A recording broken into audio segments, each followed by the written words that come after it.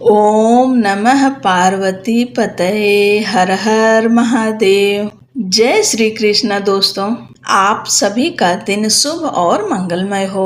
भगवान भोलेनाथ और माता पार्वती अपनी कृपा और अपना आशीर्वाद आप पर और आपके पूरे परिवार पर सदैव बनाए रखें। भगवान शिव की कृपा से आज हम सब श्रावण महात्म्य के 14वें अध्याय का श्रवण करेंगे। आप सभी भक्तों का आज की कथा में हार्दिक स्वागत है। भगवान भोलेनाथ का ध्यान करते हुए आप सब 14वें अध्याय को सुनिए। 14वें अध्याय में है नाग पंचमी का महात्म्य। ईश्वर बोले, हे महामुने, श्रावण मास में जो व्रत करने योग्य है वो अब मैं बताऊंगा, आप उसे ध्यान से सुनिए। चतुर्थी तिथि को एक बार भोजन करें और पंचमी को नक्त भोजन करें। स्वर्ण, चांदी, काष्ठ, मिट्टी का 5 फड़ों वाला सुंदर नाग बनाकर पंचमी के दिन उस नाग की भक्ति पूर्वक पूजा करनी चाहिए। द्वार के दोनों ओर गोबर से बड़े बड़े नाग बनाएं और दधी, शुभ, दुर्वा, कुरो, कनेर, मालती, चमेली, चंपा के फूलों, गंधों, अक्षतों, धूपों तथा मनोहर दीपों से उनकी विधिवत पूजा करें। उसके बाद ब्राह्मणों को घृत, मोदक तथा खीर का भोजन कराएं। इसके बाद अनंत, वासुकी, शेष, पद्मनाभ, कंबल, करकोटक, अश्व, 8वां, धृतराष्ट्र, शंखपाल, कालीय तथा तक्षक, इन सब नाग कुल के अधिपतियों को तथा इनकी माता कद्रू को भी हल्दी और चंदन से दीवार पर लिखकर फूलों आदि से इनकी पूजा करें। उसके बाद बुद्धिमान को चाहिए कि वामी में प्रत्यक्ष नागों का पूजन करें और उन्हें दूध पिलाएं। धृत तथा शर्करा मिश्रित पर्याप्त दुग्ध उन्हें अर्पित करें। उस दिन व्यक्ति लोहे के पात्र में पूड़ी आदि ना बनाए।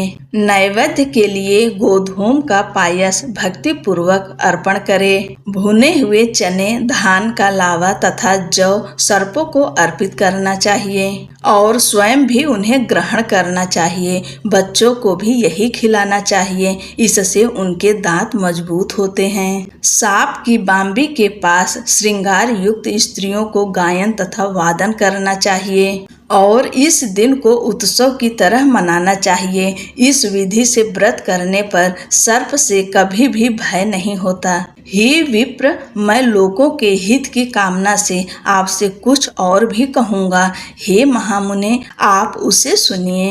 हे वत्स, नाग के द्वारा डसा गया मनुष्य मरने के बाद अधोगति को प्राप्त होता है और अधोगति में पहुंचकर वह तामसी सर्प होता है। इसकी निवृत्ति के लिए पूर्वोक्त विधि से एक भुक्त आदि समस्त कृत्य करें और ब्राह्मणों से नाग निर्माण तथा पूजन आदि आदर पूर्वक कराएं। इस प्रकार 12 मासों में प्रत्येक मास में शुक्ल पक्ष की पंचमी तिथि को इस व्रत का अनुष्ठान करें और वर्ष के पूरा होने पर नागों के निमित्त ब्राह्मणों तथा सन्यासियों को भोजन कराएं।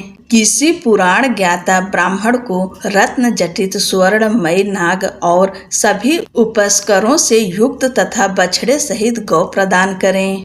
दान के समय सर्वव्यापी, सर्वगामी, सब कुछ प्रदान करने वाले अनंत नारायण का स्मरण करते हुए यह कहना चाहिए, हे गोविंद, मेरे कुल में अगर कोई व्यक्ति सर्प दंश से अधोगति को प्राप्त हुए हैं, वे मेरे द्वारा किए गए व्रत तथा दान से मुक्त हो जाएं। ऐसा उच्चारण करके अक्षत युक्त तथा श्वेत चंदन मिश्रित जल वासुदेव के समक्ष भक्ति पूर्वक जल में छोड़ दें। हे मुनि सत्तम, इस विधि से व्रत के करने पर उसके कुल में जो सभी लोग सर्प के काटने से भविष्य में मृत्यु को प्राप्त होंगे या पूर्व में मर चुके हैं, वे सब स्वर्ग गति प्राप्त करेंगे। साथ ही हे कुल नंदन, इस विधि से व्रत करने वाला अपने सभी वंशजों का उद्धार करके अप्सराओं के द्वारा सेवित होता हुआ शिव सानिध्य प्राप्त करता है।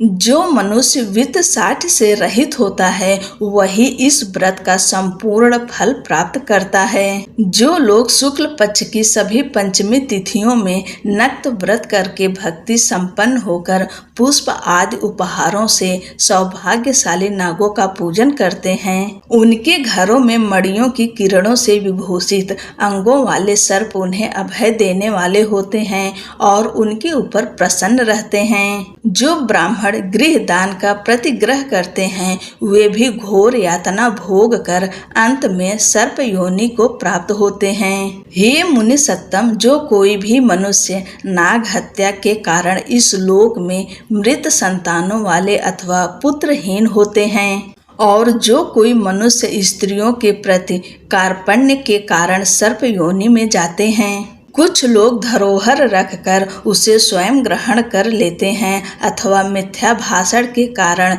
सर्प होते हैं अथवा अन्य कारणों से भी जो मनुष्य सर्प योनि में जाते हैं, उन सभी के प्रायश्चित के लिए यह उत्तम उपाय कहा गया है। यदि कोई मनुष्य वित्त साठ्य से रहित होकर नाग पंचमी का व्रत करता है तो उसके कल्याण के लिए सभी नागों के अधिपति शेष नाग तथा वासुकी हाथ जोड़कर प्रभु श्री हरि से तथा सदा शिव से प्रार्थना करते हैं। तब शेष और वासुकी की प्रार्थना से प्रसन्न हुए परमेश्वर शिव तथा विष्णु उस व्यक्ति के सभी मनोरथ पूर्ण कर देते हैं। वह नाग लोक में अनेक प्रकार के विपुल सुखों का उपभोग करके बाद में उत्तम वैकुंठ अथवा कैलाश में जाकर शिव तथा विष्णु का गढ़ बनकर परम सुख प्राप्त करता है। हे वत्स, मैंने आपसे नागों के इस पंचमी व्रत का वर्णन कर दिया। इसके बाद अब आप अन्य कौन सा व्रत सुनना चाहते हैं उसे बताइए।